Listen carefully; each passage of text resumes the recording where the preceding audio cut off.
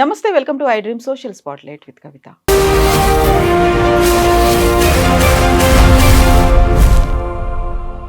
తెలుగు రాష్ట్రాల్లో 2 ఇన్సిడెంట్లు జరిగాయి. ఒకటి, భర్త మరణాన్ని తట్టుకోలేక పిల్లల్ని భర్తలా పోషించలేకపోతున్నాను అంటూ భార్య తన 2 పిల్లలతో సూసైడ్ చేసుకుంది. ఇంకొక కేసు, భార్య ఆత్మహత్య చేసుకున్న తర్వాత 3 పిల్లల్ని తను పోషించలేకపోతున్నాను అంటూ ఒక తండ్రి 3 పిల్లలకి మందు పెట్టి చంపి తను కూడా సూసైడ్ చేసుకున్నాడు. యాక్చువల్గా కుటుంబాల్లో ఏం జరుగుతోంది, ఎందుకని ఇలాంటి ఆత్మహత్యలు, అందులోనూ పిల్లల్ని చంపుతున్నారు? మనతో పాటుగా ఉన్నారు హైకోర్టు అడ్వకేట్ పూజారి నాగేశ్వరరావు గారు. హలో అండి, నమస్తే. మనం చాలా సెన్సిటివ్గా అనిపిస్తాయి, కాకపోతే సీరియస్గా ఫోకస్ పెట్టాల్సినటువంటి అంశాలు. సూసైడ్స్ అనేవి, భార్యాభర్తలు చనిపోతున్నారు, పిల్లలకి బలవంతంగా వాళ్ళని చంపి మరీ చనిపోతున్నారు, సూసైడ్ నోట్ కూడా పెడుతున్నారు. ఎందుకు చనిపోతున్నారు అనే రీజన్స్, ఆ చనిపోయే రీజన్స్ని మనం ఓవర్కమ్ అవ్వలేమా? డెఫినెట్లీ ఓవర్కమ్ కావచ్చు. నా అభిప్రాయం ప్రకారం ఏంటంటే సూసైడ్ అనేది సామాజిక ఫెయిల్యూర్ అని చెప్తాను నేను. సమాజం ఎప్పుడైతే ఫెయిల్ అవుతుందో అప్పుడే సూసైడ్ అనేది బయటకు వస్తుందని చెప్తాను నేను. ఎందుకు అంటే ఈ ప్రపంచంలో తనకు తానుగా చచ్చిపోయే జీవి మనిషి తప్ప ఏది లేదని చెప్తారు. అది ఫస్ట్ పాయింట్. రెండోది వచ్చేసి ఏంది, ఏ మనిషి కూడా చచ్చిపోవాలనుకోడు. ఏ మనిషి కూడా చచ్చిపోవాలనుకోడు. ఏ మనిషి అయినా సాధ్యమైనంత వరకు జీవించాలని అనుకుంటాడు. కానీ ఒక మనిషికి చనిపోయేంత ఆలోచన వచ్చింది అనుకుంటే నేనైతే చెప్పే కరెక్ట్ ఆన్సర్ ఏంటంటే అది సామాజిక ఫెయిల్యూరే అంట. ఎందుకంటే మన పక్కనున్న వ్యక్తి ఏం చేస్తుండో గమనించలేనంత మనం బిజీ అయిపోవడమో పట్టించుకోపోవడం వల్లనే ఎదుటి వ్యక్తి చనిపోతాడు.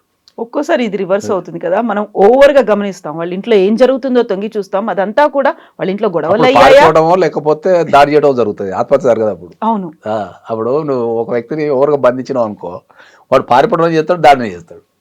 ఓకే, సో నేను ఫైనల్గా ఏం చెప్తా అంటే ఏంటంటే, ఎప్పుడైనా సరే ఒక సూసైడ్ అనేది జరిగితే,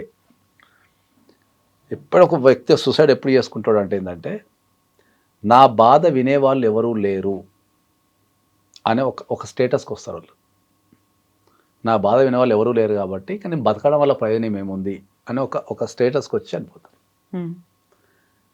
వాళ్ళ బాధ కనుక వినగలిగితే, నువ్వు ఏం సహాయం చేయకున్నా పర్లేదు వాళ్ళకి, కానీ వాళ్ళ బాధ వినగలిగితే, వాడు చెప్పేదేదో ఒక 10 నిమిషాలు వినగలిగి వానికి ఒక 4 మాటలు ఊరట కల్పించగలిగితే 100% సూసైడ్ నుంచి బయటకు వస్తారు. మనం వినే పొజిషన్లో లేమో, వాళ్ళు చెప్పే పొజిషన్లో లేరా? మనం వినే పొజిషన్లో ఏమైనా అంటే నేను, ఎందుకంటే వాళ్ళు చెప్పుకోవడానికి ట్రై చేస్తుంటారు. ఆ చెప్పుకోవడం ట్రై చేయడం అనేది వాళ్ళ రకరకాల పద్ధతుల ద్వారా చెప్తుంటారు. దాన్ని మనం నోటీస్ చేయం. అవతల వ్యక్తి ఏమనుకుంటాడు అంటే ఏంటంటే, దాన్ని ఎక్స్ప్రెస్ చేయడం ఇట్లనేమో అనుకుంటాడు, అర్థమైందా? కానీ యువతల వ్యక్తి ఇగ్నోర్ చేస్తాడు. అంటే చెప్పే విధానం చక్కగా, ఇప్పుడు ఎవరి కాడ వచ్చి నేను సొసైడ్ చేసుకుంటాను డైరెక్ట్ చెప్పడు. కొన్ని ఇండికేషన్స్ ఇస్తుంటారు, దానికి సంబంధించినవి కొన్ని ప్రిపరేషన్స్ చేస్తుంటారు. దాన్ని గమనించే సెన్స్ ఉండాలి. అంటే నేను డైరెక్ట్ వచ్చి నేను రేపు పొద్దున సూసైడ్ చేసుకుంటున్నా, ఇక నాకు చెప్పు, నా సమస్య ఉందని చెప్పాడు. వారు రకరకాల జాగ్రత్తలు చెప్పటము, ఇంకోటో ఎక్సో వయ్యో జడ్డు అని ప్రవర్తన విధానం అన్నీ ఉంటాయి. ఓకే, కాబట్టి నేను ఇప్పుడు ఇంతకుముందు మీరు చెప్పిన సంఘటనలలో ఒకే కుటుంబంలో పిల్లలు, పేరెంట్ చనిపోయారు. సింగిల్ పేరెంట్ పిల్లలు చనిపోయారు. అది కూడా ఏంటి, న్యూ ఇయర్ డే రోజు వాళ్ళు కేక్ కట్ చేసుకొని మరి ఒక ఫ్యామిలీ పోతే, మిగతా వాళ్ళందరికీ న్యూ ఇయర్ విషెస్ చెప్పి ఇంకొక ఫ్యామిలీ పోయింది. అవును, అదే చెప్తున్నా. ఇప్పుడు ఆ కుటుంబానికి, ఇప్పుడు ఎవరైతే చనిపోయిన కుటుంబానికి రిలేటివ్స్ లేరా? అక్కలో, తమ్ముళ్ళో, అన్నలో, చెల్లెలో ఎవరో ఒకరు ఉంటారు కదా. ఒట్టిగానైతే ఉండదు కదా కుటుంబం, మ్యాక్సిమం అయితే ఉండదు కదా. మరి వాళ్ళు వీళ్ళ బాధను ఎందుకు పట్టించుకోలేదు? That is the problem. ఇప్పుడున్న సమాజంలో ఎట్లా తయారైంది అంతే ఏంటంటే, సొంత కడుపులో పుట్టిన అక్క చెల్లెల్లో, అన్నదమ్ములు కూడా ఎదుటి వాళ్ళ జీవితాలకు పోవాలంటే, ఇప్పుడు తమ్ముని జీవితాలకు, అక్క జీవితాలకు పోవాలంటే నాకెందుకు వచ్చిన చికాకులే అని భయపడి దూరం ఉండిపోతున్నారు. నేను ₹1 పెట్టడం ద్వారానో, ఒక మాట మాట్లాడడం ద్వారానో నేనే సమస్యలు ఎదుర్కొతానో, నా కుటుంబానికి ఏమైద్దు అని చెప్పేసి దూరం ఉండిపోతున్నారు. ఓకే, అది చాలా తప్పని చెప్తాను నేను ప్రధానంగా. ఎందుకు అంటే ఏంటంటే, మన మనిషిని, మన చుట్టూన్న వ్యక్తిని మనం కాపాడుకోలేకపోతే మనము ఈ సమాజాన్ని ఎట్లా కాపాడుకుంటాం? ఏ మనిషి కూడా చెప్తున్నా నేను, నేను నా జీవితాన్ని అనుభవించి చెప్తున్నా ఏంటంటే, నీకు ఎంతమంది ఫ్రెండ్స్, ఎంతమంది రిలేటివ్స్ హ్మ్. ఉంటే నువ్వు అంత ధనవంతుని. డబ్బు కాదు, ధనం అంటే డబ్బు కాదు. నీకు ఒక 1000 మంది నీ వెనక నిలబడరు అనుకుందాం. నీకు పరిచయం ఉండి, నీకు మంచి ఫ్రెండ్స్ లేకపోతే ఒక మంచి రిలేటివ్స్ 1000 మంది ఉన్నారు అనుకో, నీ అంత ధనవంతుడు ఇవ్వలేడు. అదే నా ధైర్యం, నా బలగం అని అన్నీ. చెప్పుకోవచ్చు. ఎందుకంటే ఒక కష్టం వచ్చినప్పుడు నువ్వు 1000 మందికి చెప్తే కనీసం దాంట్లో ఒక 1% రెస్పాండ్ అయినా అంటే 10 మంది రెస్పాండ్ అవుతారు. 1000 మందిలో 10 మంది రెస్పాండ్ అయితే చాలు నీ జీవితం. ఇంకా నీకున్నదే 10 మంది అనుకో, ఆ 10 మందిలో నీకు ఎవరు రెస్పాండ్ అవుతాడు? ఆ ఉన్న ఒక్కటి రెస్పాండ్ అయినా వాడు బిజీలో వాడు ఉంటాడు. కాకపోతే ఇలాంటి సిచ్యువేషన్‌లో ప్రతి దాంట్లో కూడా అక్కడ డబ్బు లేదనో, పోషించుకోలేకపోతున్నామనేమో, లేకుంటే అప్పులున్నాయనేమో, ప్రతీదీ ఆర్థికంగా ఉన్నటువంటి ఆ కష్టాలే కనిపిస్తుంటాయి కదా అక్కడ. సార్ ఇప్పుడు నేను చెప్పేది ఏంది అంటే, డబ్బున్నోడైనా డబ్బు లేనోడైనా మనిషి జీవితానికి 3 పూటలు తిండే కావాలా. ఉండటానికి ఒక ఇల్లు, తినడానికి తిండి, కప్పుకోవడానికి బట్ట, ఇవే కావాలా. ఎందుకంటే నేను దాన్ని ప్రాక్టికల్గా అనుభవించి నేను చూసి చెప్తున్నా. ఇప్పుడు నేను డబ్బు లేనప్పుడు గడిపినా, ఇప్పుడు నాకు దగ్గర డబ్బు ఉన్నది, నేను ప్రపంచంలో ఏదైనా చేయగలుగుతా. నా జీవితంలో ఏ మార్పు రాలే. డబ్బు లేనప్పుడు నేను ఏమనుకున్నా అంటే, డబ్బు ఉంటే మస్తు ఉంటుంది జీవితం అనుకున్నాను. డబ్బు ఉంటే అన్ని చేయొచ్చాను, డబ్బు ఉంటే అది చేయొచ్చాను అనుకున్నా. కానీ డబ్బు వచ్చిన తర్వాత కూడా నా జీవితంలో ఏ మార్పు రాలే. తినే తిండిలో, వేసుకునే బట్టలో క్వాలిటీ మారింది తప్ప మిగతాది ఎక్కడ కూడా మార్పు రాలే. ఇంకా డబ్బు వచ్చిన తర్వాతనే డబ్బుతో ఏం సాధించలేము, కావాల్సింది జనాలు కదా అనే ఆలోచన వచ్చింది తప్ప డబ్బుతో ఏదైనా చేసుకుంటా ఏమీ లేదు. ఒక మంచి మాట, ఒక వ్యక్తికి చేసే సాయమే మన జీవితాన్ని కాపాడుతుంది తప్ప డబ్బుతో ఏది కూడా సాధించలేదు. అది ఎవ్వరైనా అంతే. కాబట్టి సమాజపు ధోరణి ఎట్లుంది అంటే, వాస్తవానికి మీరు చెప్పింది 100% కరెక్ట్. ఏంటంటే సమాజంలో ఎట్లా తయారైంది ఏంటంటే, డబ్బుతోనే అన్నీ, డబ్బుతోనే సుఖము, డబ్బు ఉంటేనే అన్నీ, డబ్బు ఉంటేనే గౌరవము, డబ్బు ఉంటేనే చదువులు, డబ్బు ఉంటేనే తిండి, డబ్బు ఉంటేనే హోదా, అంటే డబ్బుతోనే అన్నీ చేయొచ్చు అనేది బాగా బలంగా నాటకపోయింది. అందులో మానవ సంబంధాలు, నాటకపోయిన తర్వాత కూడా జనాలకు, పుట్టిన పిల్లలకు కూడా ఇంజెక్షన్స్ అవే ఇచ్చేస్తున్నారు. డబ్బు అనే ఇంజెక్షన్నే ఇస్తున్నారు. ఎందుకు అంటే ఏంటంటే, ఇప్పుడు నేను పొద్దున్న లేచి ఎటన్నా వాకింగ్ పోతాను అనుకో, ఎటన్నా ఊరు పోతుంటాను 4 గంటలకు, చలికి లేచి ఇంత బ్యాగులు వేసుకొని ట్యూషన్లు పోతున్నారు. ఐఐటి ట్యూషన్లు లేకపోతే ఆ ట్యూషన్ 4 గంటలకు. వాని ఏజ్ ఉంటుంది, 4వ తరగతి చదువుతుంటాడు, వాడు పొద్దున్న లేచి పోతుంటాడు. వాడిని ఒక డబ్బు యంత్రం కింద తయారు చేసి హాస్టల్లో వేసి ఆడేసి ఈడేసి నువ్వు తెల్లవాళ్ళు చదువు సంపాదించు అనేది చెప్తున్నాడు తప్ప, జీవితం అంటే ఒక నలుగురితో గడపటము, నలుగురితో ఉండటము, ఒకరి వ్యక్తిని కాపాడుకోవడము, ఒక మంచి ప్రేమపూర్వకంగా ఉండటము, మర్యాదలు, గౌరవాలు, ఇవి నేర్పుతలేదు ఎవరు ఇప్పుడున్న జనరేషన్లో. ఎవరు చెప్తలేరు. అందరు ఏం చెప్తారు, ఫారిన్ కంట్రీస్లో ఎవరి దగ్గర సేవింగ్స్ ఉండవు. అవును. ఓకే, ఎవరి దగ్గర సేవింగ్స్ ఉండవు, తక్కువ సేవింగ్స్ ఉంటాయి. మరి ఎవరి దగ్గర సేవింగ్స్ లేకుండా ఒక దేశం అంతా డెవలప్ ఎట్లయింది చెప్పండి. మరి మన దగ్గర ఎన్ని సేవింగ్స్, ఒక్కొక్క దగ్గర కోట్లు ఆస్తుండేవి, మనం ఎందుకు బీద దేశం కిందనో లేకపోతే ఇంకా కల్చర్ అంటే కనీసం మనకు సోషల్ అవేర్నెస్ లేదు. ఈ విషయం కొన్ని 100 సార్లు చెప్తున్నాను అందరికి. నేను ఇప్పుడు యూకే పోయినా, నేను యూకేలో మ్యాక్సిమం పీపుల్ దగ్గర పైసలు ఉండవు.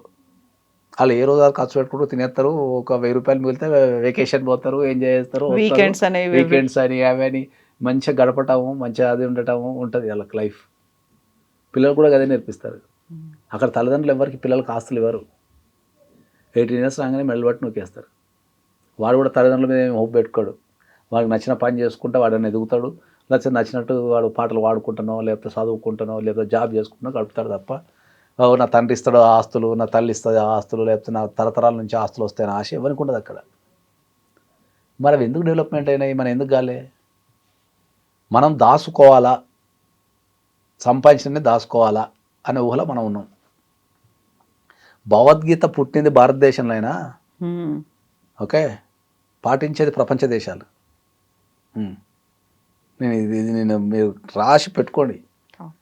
ఫారిన్ కంట్రీస్లో జీవిత విధానము భగవద్గీతకు దగ్గర ఉంటుంది. అంటే పోయేటప్పుడు ఏం తీసుకపోవు, ఉన్నప్పుడు సాయం చేయి, నిజాయితీగా ఉండు. ఓకే, కల్చరల్ డిఫరెన్సెస్ ఉన్నాయేమో కానీ కొన్ని క్వాలిటీస్ అనేది చాలా గొప్పగా ఉంటాయి వాళ్ళవి. కొన్ని క్వాలిటీస్ అనేది చాలా గొప్పగా ఉంటాయి వాళ్ళవి. మన భారతదేశం పుట్టిన భగవద్గీత మన కల్చర్ను మనం పాటించాం. ఎప్పుడు ఎదుటని దోసుకుందామా, నాశనం చేద్దామా, ఒక చెట్టుని కొడదామా, చెత్త ఆడ పడేద్దామా. ఇంత పెద్ద జనాభాల మనం దలుచుకుంటే దేశాన్ని ఎక్కడికో తీసుకెళ్ళచ్చు. ఎవరికి సామాజిక స్పృహ ఉంది? ఎవరికి సామాజిక స్పృహ చెప్పండి? చెత్త ఎక్కడ పడితే అక్కడ పడేస్తారు, ఇష్టం ఉన్నట్టు ప్రవర్తిస్తారు, క్యూ ఉండదు, పద్ధతి ఉండదు. నేను చైనా ఎప్పుడు 2010లో నేను చైనా పోయినా. చైనాలో ట్రైన్ వచ్చే ముందు 5 నిమిషాల ముందు ప్లాట్ఫామ్కి వదిలిపెడతారు. కరెక్ట్ 5 మినిట్స్ ముందు వదిలిపెడతారు. అది అంత పెద్ద ట్రైన్ 2 నిమిషాలు ఆగుతుంది కదా, మొత్తం ట్రైన్ అంతా 2 నిమిషాలు ఎక్కేస్తారు క్యూలో. కరెక్ట్ మళ్ళీ 2 నిమిషాలు స్టడీ వెళ్ళిపోతారు. ఈ తోసుకోవడాలు, అంత పెద్ద ట్రైన్లో ఒక 1000 మంది ఎక్కినా 2 నిమిషాలు ఎక్కుతారు, 6 కూర్చుంటూ వెళ్ళిపోతూనే ఉంటారు. ఈ తోసుకోవడాలు, మీద పడ్డాలు, దాని కింద పట్టాలు ఏం లేవు. జనరల్గా జనాలకు కావాల్సింది సివిక్ సెన్స్, అంటే సామాజిక బాధ్యత కావాలి. భారతదేశం ఎదగకపోవడానికి గల ప్రధాన కారణం ఏంటంటే సామాజిక బాధ్యత. కుటుంబ బాధ్యతలు నిర్వహిస్తున్నాము మనం. ఎందుకంటే ఈ 2 కేసుల్లో 5 చిన్న కుటుంబ పిల్లలు. బాధ్యతలు కూడా ఎక్కడ ఉన్నాయి? ఇప్పుడు నేను డైవోర్స్ అడ్వకేట్నే కదా. కుటుంబ బాధ్యతలు ఎక్కడ ఉన్నాయి? కుటుంబాలన్నీ చిన్నాభిన్నం అయిపోయి, న్యూక్లియర్ ఫ్యామిలీస్ అయిపోయి, ఇద్దరు పని చేస్తూ పిల్లల్ని గాలికి వదిలేసి, కుటుంబ బాధ్యతలు ఎక్కడ ఉన్నాయి? ఇదంతా ఇంటర్ కనెక్టెడ్. ఒక కుటుంబం మంచిగా ఉంటే సమాజం మంచిగా ఉంటుంది, సమాజం మంచిగా ఉంటే కుటుంబం మంచిగా ఉంటాయి. ఒకదానికి ఒకటి ఆధారపడ్డాయి. బాడీ అండ్ ఆక్సిజన్ లాంటివి. నీకు కుటుంబ వ్యవస్థ ఖరాబ్ అయింది, ఇంకా సమాజమే బాగుంటుంది. కుటుంబంలోనే నాదనే ఫీలింగ్ లేదు. ఇప్పుడు మీరు ఇదంటే చెప్పలేదు, ఇదంటే సరే ఇది ఒక సామాజిక బాధ్యత. కుటుంబానికి వస్తే ఇంకా ఘోరంగా ఉంది వ్యవస్థ. భర్తని భార్య చంపటం, భార్యను భర్త చంపటం, పెళ్ళిళ్ళు చేసుకోవాలి మరీ చంపటం, నియమ జీవితం. ఇద్దరు, not only ladies, not only gents. అందులో వాళ్ళు కాకపోతే పిల్లల్ని చంపటం, లేకపోతే తల్లిని చంపటం, లేకపోతే తండ్రిని చంపటం, అన్నని చంపటం. సోషల్ క్రైమ్ అంటే ఇప్పుడు మన కుటుంబంలో ఎన్నోసార్లు చెప్పినా కదా, మర్డర్ అనేది నా చిన్నప్పుడు ఏంటి అది ఎక్కడో ఎప్పుడో అది రాజకీయాలతోనే అతి పెద్దగా ఒక ఇక ఉంటుండేది. అది ఎప్పుడో పేపర్లో చూస్తే ఒక పేపర్లో మర్డర్ అని వేస్తే అది ఒక సంవత్సరం వార్త ఉంటుండేది. అట్లాంటి మర్డర్ ఇళ్ళకి వచ్చేసింది. చంపుకోవడాలు, మరి చంపడం వల్ల ఏంది, ఒక్కొక్క వెరైటీ దారుణాలు. ముక్కలు నరకటాలు, కొయ్యటాలు, డ్రమ్ములు పెట్టడాలు, లేకపోతే ఇంకా మొన్న ఎక్కడ ఢిల్లీలో అయితే ఒక అమ్మాయి అయితే పోయి గ్యాస్ లీక్ చేసి ఏదో నెయ్యి పోసి చంపేసి ఏదో చేసిందంట.